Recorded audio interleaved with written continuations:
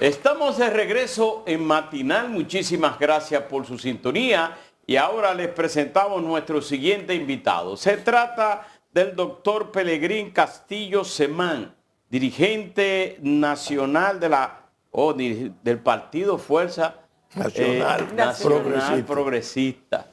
Y le damos la bienvenida y sobre todo que en el día, o ya desde la semana pasada, se inicia la aplicación de algunas medidas en los hospitales para aquellos ciudadanos haitianos que llegan o extranjeros que lleguen ahí. Vamos a hablar de todos esos temas. Sí, claro que sí. Buenos días. Buenos días, muy contento de encontrarme aquí junto a ustedes en Matinal.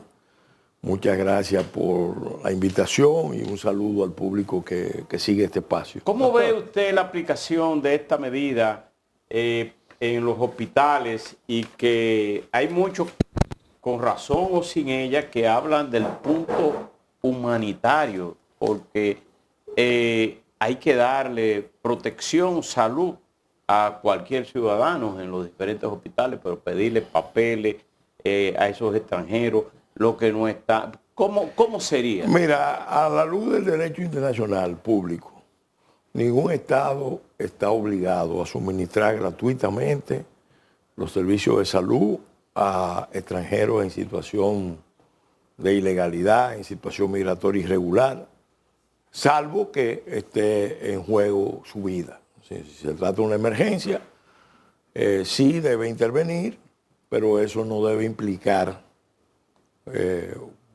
un reconocimiento de su estatus migratorio. Por tanto, el Estado, después de prestado el servicio, en una emergencia, debe proceder a deportarlo.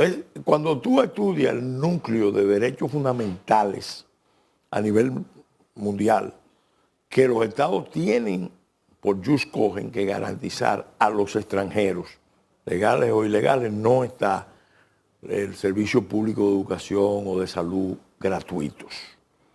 Incluso la ley de salud, de manera clara, establece que solamente se pueden beneficiar de los servicios de salud los dominicanos y los extranjeros con estatus legal. ¿Y la Constitución dominicana? Sí, la Constitución dominicana igual.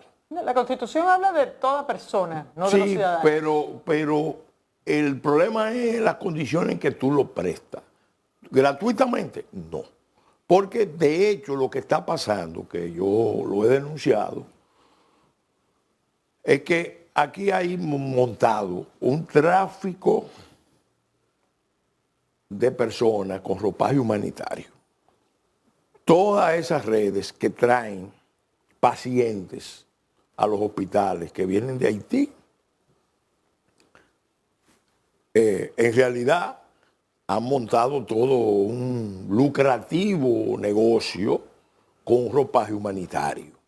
Y ahí obviamente el asunto se complica porque hay muchas instituciones religiosas, católicas, evangélicas, o muchos grupos de sociedad civil muy bien apadrinados por poderes internacionales que mantienen ese esquema.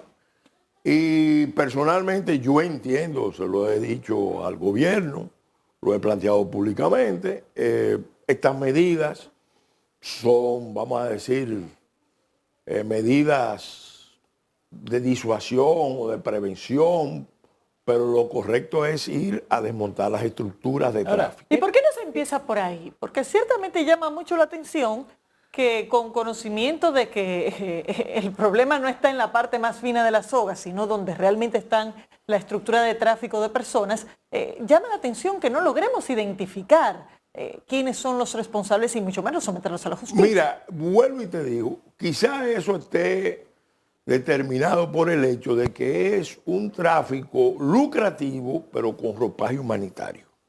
Entonces, ahí intervienen instituciones de la Iglesia Católica, instituciones de la evangélica, grupos de sociedad civil USAID. Ya los fondos de USAID están cortados, pero hay muchos fondos internacionales y de las agencias para esos fines. Pero fíjese, justo ahí cuando se desarmó, cuando Don Artón desarmó el muñeco de USAID, Sí. aparte de los fondos que se recibían para instituciones civiles aquí, había unos fondos para el Estado Dominicano, para la parte médica. Sí. Es decir, y por eso el Estado daba los servicios gratuitos.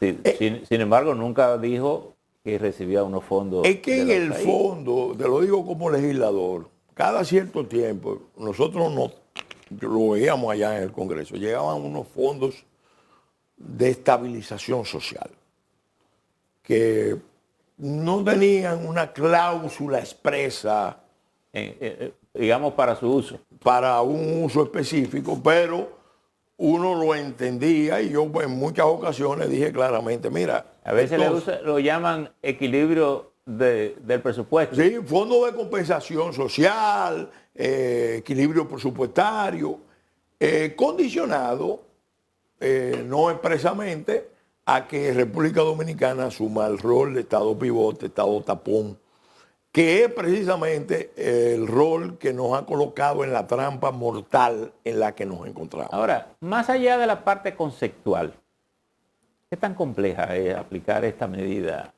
justo en los hospitales? Porque, como decíamos, nadie va al hospital a hacer turismo. Todo el mundo va con alguna emergencia.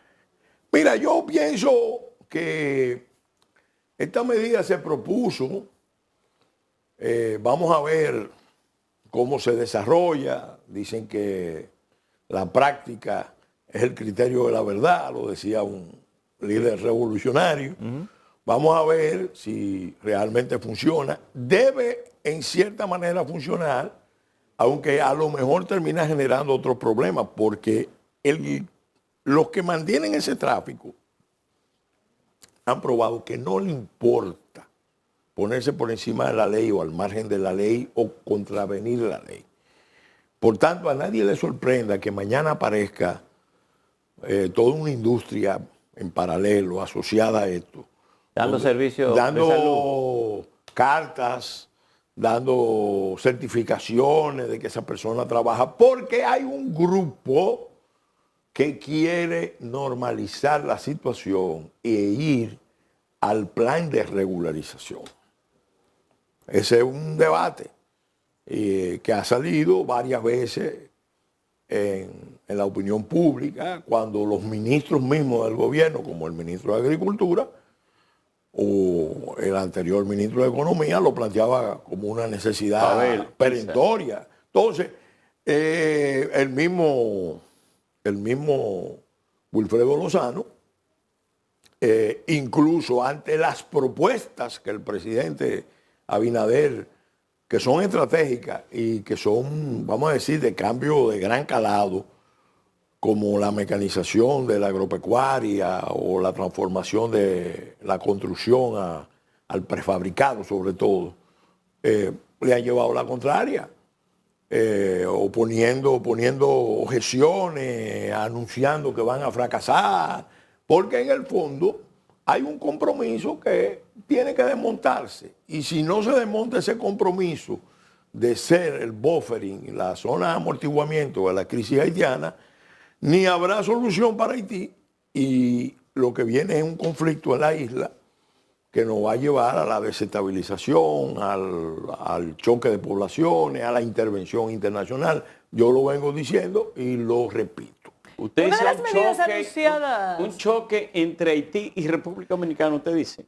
Entre poblaciones, porque aquí hay un plan. Mira, Alberto, el senador Marco Rubio, porque tenemos memoria corta o a veces no queremos recordar. Senador Marco Rubio, presidente del comité, creo que era de Relaciones Exteriores o de Inteligencia. El más prominente senador americano, fíjate que ahora es secretario de Estado en el sector republicano. ¿Qué planteó hace unos meses? Que había sectores radicales, usó la palabra, del Partido Demócrata, de la administración Biden, que en coordinación con instituciones como Amnistía Internacional, tenían el plan, estoy hablando de cosas muy precisas, de producir en un momento, palabras textuales, el traslado de 3 millones de haitianos a República Dominicana, en adición a lo que ya tenemos. lo que significa un plan criminal, una conspiración, un complot. Eso no tiene otro nombre. Ahora, cuando vamos a la interpretación de los hechos y vemos lo que está pasando y lo que no se está haciendo. Ejemplo, en Haití se puede discutir que hay un estado donde hay decenas de bandas de grupos armados que emplean métodos terroristas. Eso no se discute. Están usando métodos terroristas. Y a la luz del derecho internacional, solamente eso, que un Estado predomine en la acción de grupos armados usando métodos terroristas contra población civil indefensa e incluso atacando aviones de línea, debería determinar una acción contundente de la comunidad internacional para frenar eso, porque detrás de eso está también conectado ese fenómeno con el otro fenómeno que es la expansión del narcotráfico.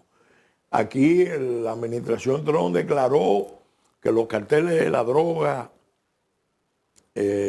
serán tratados como grupos terroristas. Bueno, ya ahora Estados Unidos parece que va a asumir la misma designación que hizo República Dominicana de las bandas, pero la conexión con la droga está ahí. Y ellos, los que más lo saben son los norteamericanos.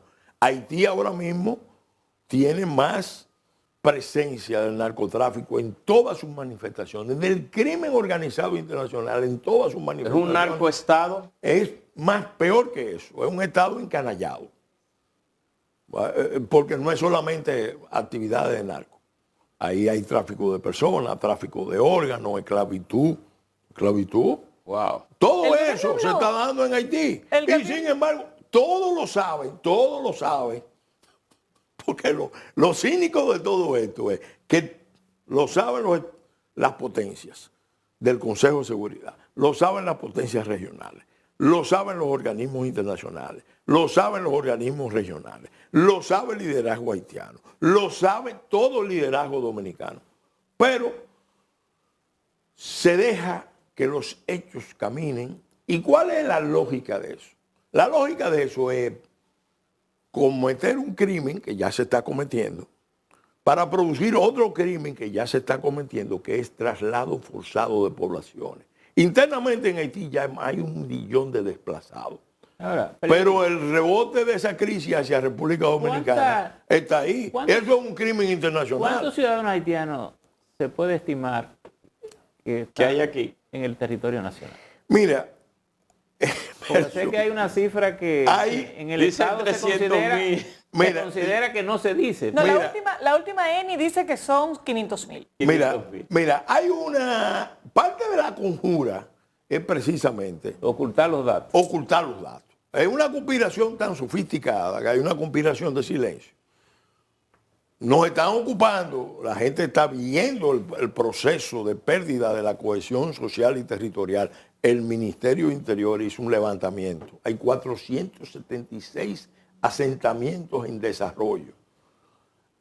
Y sin embargo, cuando tú te vas a los informes del Instituto Nacional de Migración, de la ONU, de los organismos internacionales, ahora resulta que hay menos haitianos, según eso, que hace 30 años, cuando los mismos organismos internacionales reconocían que había 500.600.000.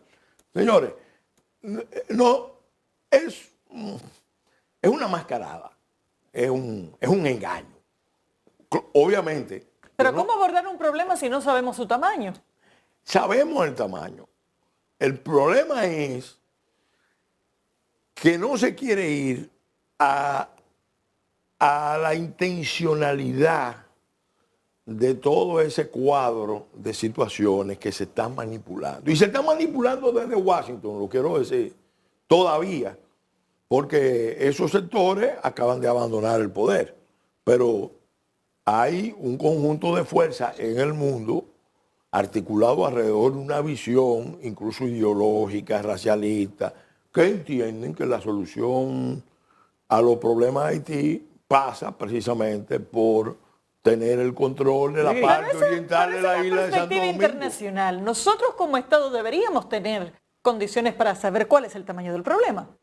Y no lo sabemos. No, lo sabemos, lo sabemos. Aquí, mira, ¿Cuál es el los dato? organismos de seguridad del Estado, las instituciones del Estado, tienen todos los medios para saber el tamaño.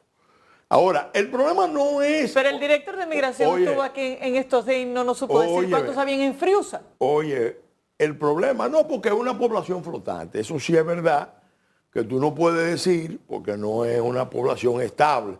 Es una población que entra y que sale. Yo te puedo mencionar, Friusa se puede decir que es la cabeza de playa de la ocupación, de la invasión. El iceberg. El punto más avanzado, donde hay más estructura organizada. Pero te vas región por región y tú ahí mismo encuentras el problema.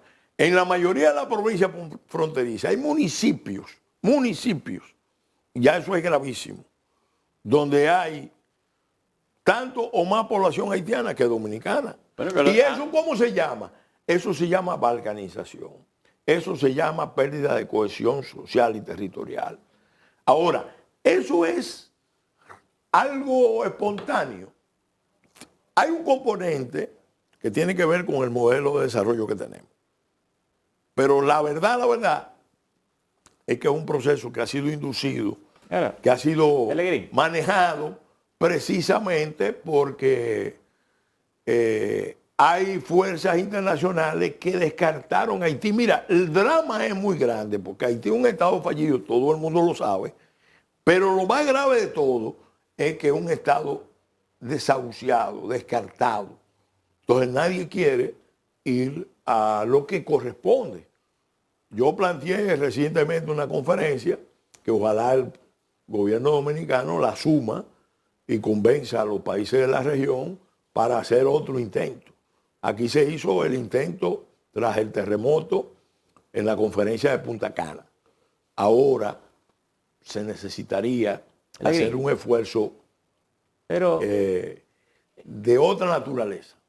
Más allá de lo que puedan hacer los otros por nosotros, ¿cómo es que nosotros tenemos que enfrentar esto con seriedad como para pensar que estamos? Porque esto lo que ha venido es creciendo todos los días. Lo digo con absoluto conocimiento de causa. Aquí, en términos de propuesta, en términos de discurso, en términos de formulación del problema y la solución, casi todo se ha hecho. ¿Cuál es el problema? El problema es que desde fuera, así como han desahuciado a Haití como Estado, lo han descartado, a República Dominicana no le atribuyen la condición de nación, la condición de Estado con fortalezas para hacer valer sus políticas. Entonces, como aquí internamente, y se ve en el propio gobierno, se ve en la oposición, se ve incluso en la opinión pública, hay sectores, aunque la mayoría del pueblo apoya que se tome una política de Estado. Bueno, las políticas que se han formulado carecen de consistencia, de credibilidad, porque no se aplican con la rigurosidad, con la energía que las circunstancias demandan. El presidente Luis Abinader propuso a los sectores sociales y creó un observatorio, pero también pidió a la clase política, oposición y las demás para conjuntamente enfrentar esta crisis migratoria haitiana. Sí, mira, pero no he visto que eso ha cogido fuerza dentro de la oposición. Aquí se hizo un esfuerzo sin precedentes. Lamentablemente la oposición, por motivos electorales y de otro tipo, se marginaron en ese momento. Pero se suscribió un pacto suscrito por 28 partidos, 10... Donde no está el PLD ni la Fuerza del Pueblo.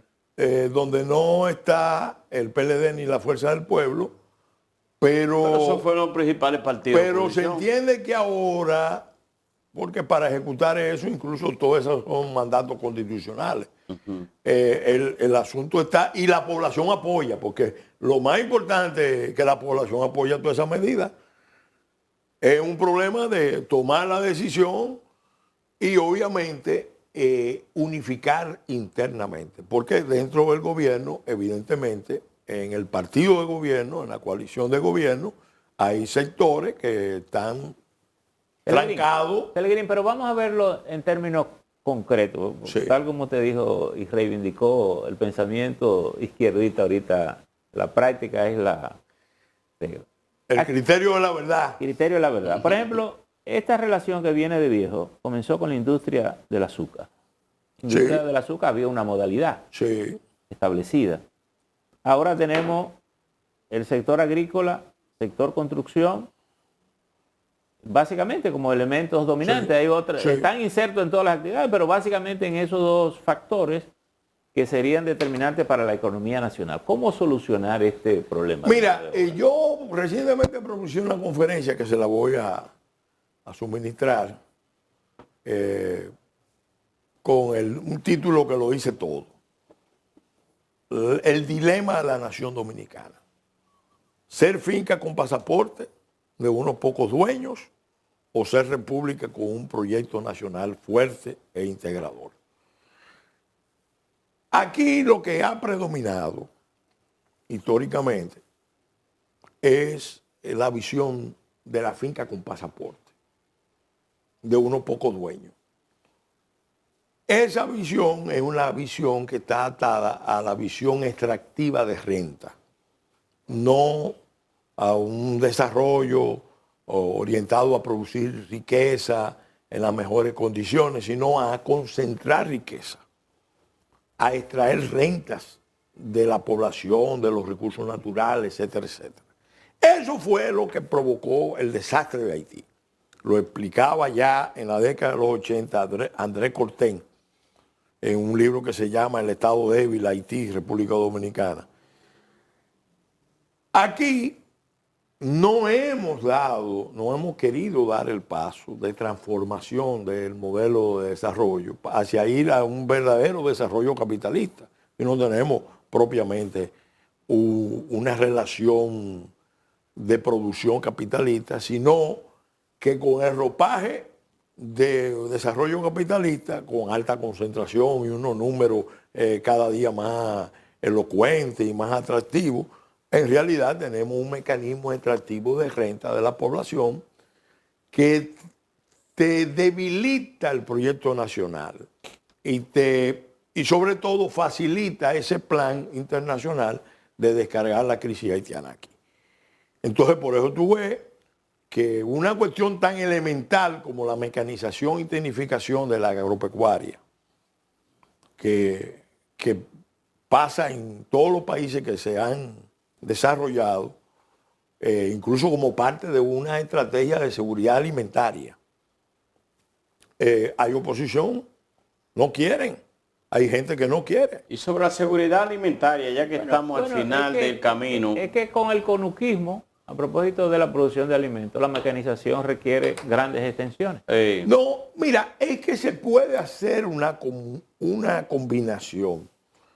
Te voy a poner un ejemplo. Oliverio Espaillá es uno de los productores más icónicos, emblemáticos de arroz en el Cibao. Él mecanizó 100% la siembra y la cosecha. Y ha dado testimonio de que le va muy bien. Eso lo puede hacer Oliverio Espaillá. Y lo pueden hacer unos cuantos grandes grupos locales.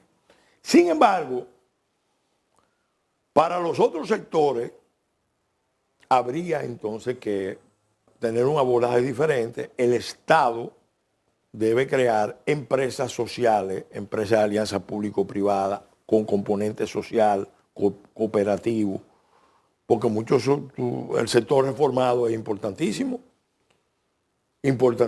tiene a cientos, miles de productores. En una parcela pequeña tú no puedes tener una gran máquina, pero si tú creas la empresa social y ellos mismos son accionistas de todo ese proceso, tú puedes tener todo el sector reformado, mecanizado. Pero Para ya el hablar Estado- del arroz. Ya el Estado ha dado financiamientos a través del Bandex para ese proceso de automatización. Mira, lo importante es que se empezó. Lo que está por verse es si se va a persistir en ese proceso.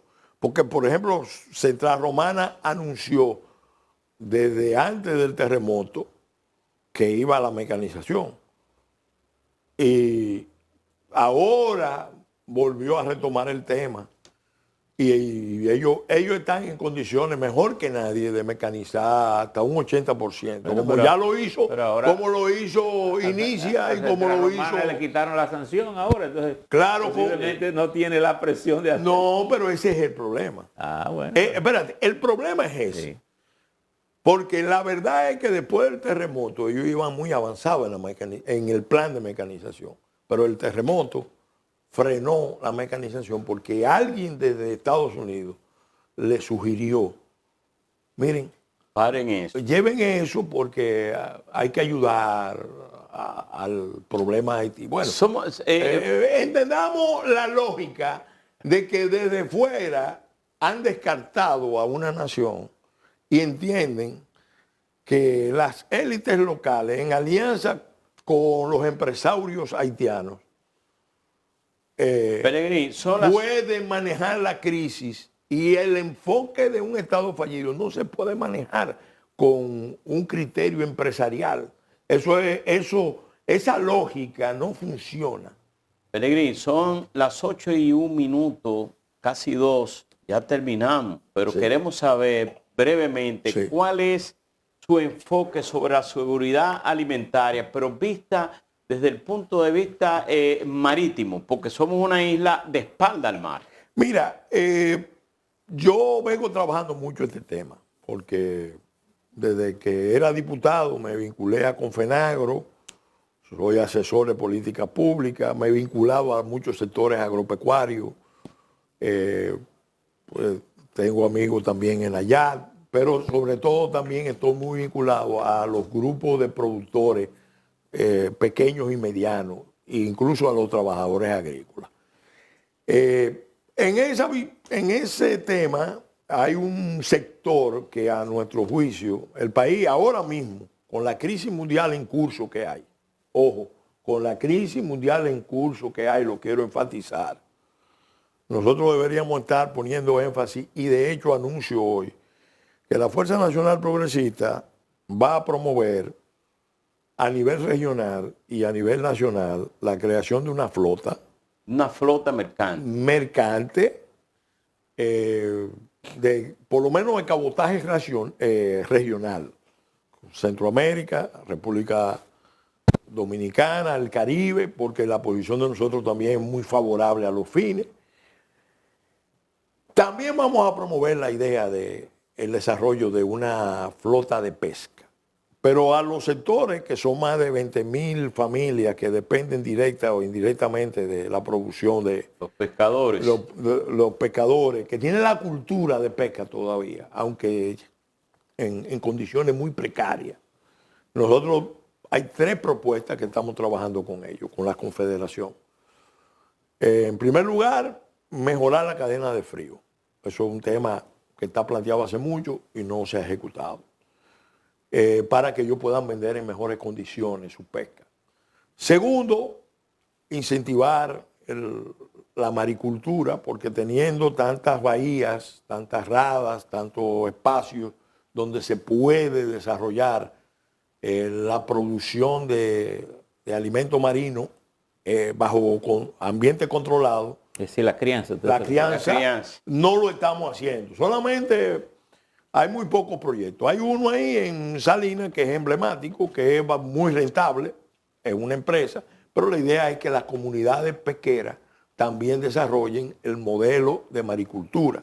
Y el proyecto más ambicioso, porque nosotros tenemos unos derechos del mar que no lo estamos ejercitando, que es precisamente el desarrollo de la flota, una flota que nos permita, por ejemplo, aprovechar todas esas corrientes de Pero eso es una peces. flota privada. ¿Ah? Una flota privada.